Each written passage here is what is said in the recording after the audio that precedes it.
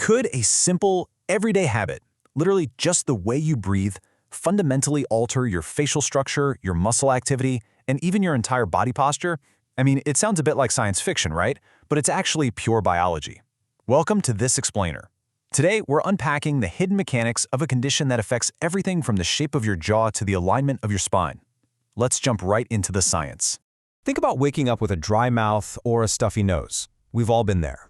And you know, it's incredibly easy to just dismiss mouth breathing as a harmless quirk, maybe something you only do when you've got a cold or seasonal allergies. But clinical research shows us that chronic mouth breathing is actually the starting point of a massive, compounding structural issue. It forces your body to adapt in ways that can literally reshape your face and drastically overwork your muscles. Okay, let's dive into this. We're going to map out our journey, tracing this biological chain reaction. We'll start by looking beyond simple mouth breathing. Then map out the OMPS vicious cycle. Explore the impact on the tongue and maxilla. Examine jaw muscle deactivation. Understand forward head posture. And finally, discuss breaking the cycle. All right, Section 1.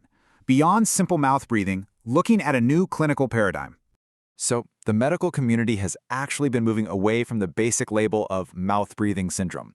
Instead, the new clinical paradigm introduces us to open mouth posture syndrome, or OMPS.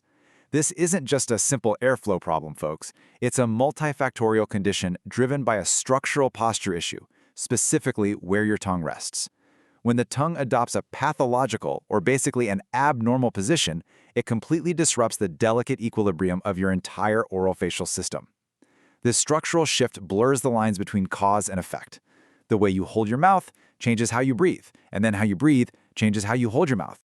To really capture how multifaceted this is, researchers have identified 5 distinct subtypes of OMPS. It could be obstructive, like from enlarged tonsils or a deviated septum blocking the airway. It could be habitual, often starting from chronic childhood allergies. It might be anatomical, related to sleep-disordered breathing, or stemming from tongue-related pathologies like ankyloglossia, which is commonly known as a tongue tie.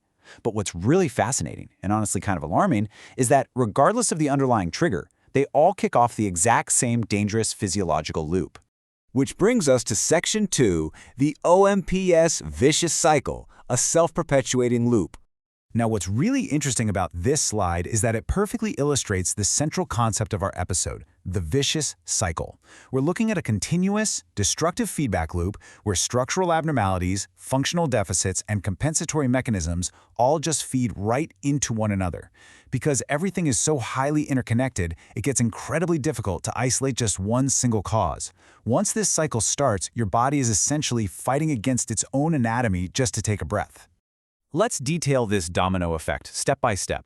It usually begins with some form of nasal respiratory impairment. You can't breathe through your nose efficiently, so your body forces your mouth open to get air. That open mouth causes the tongue to drop away from the roof of the mouth. Without the tongue resting on the palate, the growth stimulus on the maxilla, your upper jaw, is completely removed. This lack of support constrains the jaw, narrowing the airway even further, which, yeah, you guessed it, leads right back to more nasal impairment. It's a perfect anatomical storm. Moving on to Section 3, tongue and maxilla impact. Let's zoom into the craniofacial anatomy.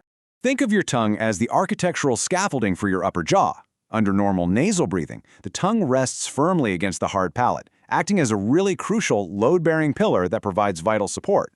But when the mouth opens and the tongue drops, that central pillar is just removed. And without it, the roof literally starts to cave in over time. The palate grows high and vaulted, and the maxillary arch becomes narrow and constricted. See, the tongue actually provides a balanced outward muscle strength against the constant inward pressure of your cheeks and lips. Without that internal scaffolding pushing out, the delicate balance needed for normal facial growth is completely disturbed. As the upper dental arch collapses inward, the lower jaw, the mandible, is forced to rotate clockwise and backward. So aesthetically and functionally, this effectively makes the chin look recessed or pushed back, permanently altering your entire facial profile. All right, Section 4, jaw muscle deactivation.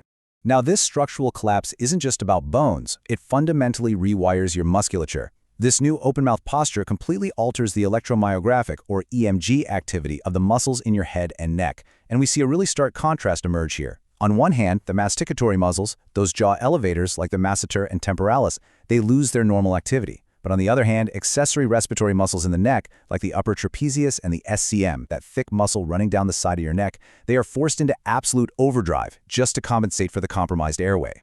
And this brilliantly illustrates that shift. EMG data proves that mouth breathing significantly lowers the activity of the masseter and temporalis muscles, particularly during regular daily functions like swallowing. Because the mouth is chronically hanging open, these absolutely crucial jaw-closing muscles are essentially put to sleep. They lose their tone and fail to stabilize the jaw joint properly. The consequence of these weakened jaw muscles is severe. Because the jaw continuously hangs low, it physically elongates the lower half of the face over time. This muscular imbalance places massive strain on the jaw joint itself. So if you've ever woken up with an unexplained headache or noticed your jaw clicking and popping while you chew, you might be experiencing this exact fallout. This imbalance makes mouth breathers highly susceptible to temporomandibular disorders, or TMD, leading to chronic joint pain. Which takes us to Section 5, Forward Head Posture and Spinal Compensations. The body's compensations desperately don't stop at the jaw. They cascade right down the spine. Forward head posture, or FHP, acts as a compensatory survival mechanism. When the nasal path is constrained and the jaw falls back, the airway gets pinched. So to secure oral airflow, the body literally sacrifices spinal alignment, thrusting the head forward to physically pull the airway open. Think of the human head like a bowling ball. For every single inch the head moves forward out of alignment, it effectively adds 10 pounds of weight and stress right to the back of your neck. While the jaw muscles are deactivated and basically resting, the neck muscles are taking a massive hit. EMG data shows that the SCM and the upper trapezius are heavily recruited and chronically overworked. Think about the incredible irony here. Muscles that were designed simply to help turn your head and shrug your shoulders are now working a grueling, full-time job just to keep your airway open so you can breathe. They are firing constantly. And this creates a systemic, full-body fallout. As clinical research highlights, overusing that SCM muscle in the neck literally pulls the upper chest upward during breathing. This entirely disrupts your normal breathing mechanics, massively reducing the effectiveness of the diaphragm. You end up with this shallow, upper chest breathing pattern. Not only is this highly inefficient, but rapid, shallow chest breathing is the exact mechanism the body uses to trigger the fight-or-flight stress response. So this forward posture is literally keeping your nervous system in a state of chronic, low-level stress. Finally, Section 6, Breaking the Cycle.